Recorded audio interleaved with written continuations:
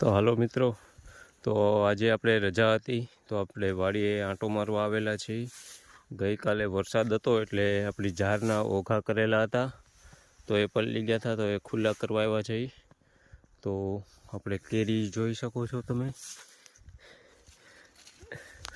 દાણી પડવા મળી છે.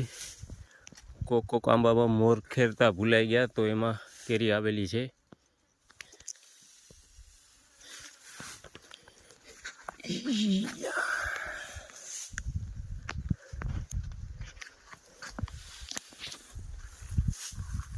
આંબા તમે જોઈ શકો છો, 3 વર્ષના આંબા છે.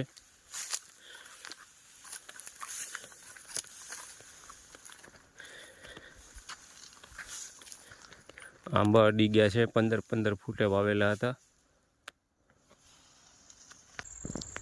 આપણે કેરીનું આથણું કરવાનું છે એટલે વાડીએથી કેરી લેવા આવ્યા છે.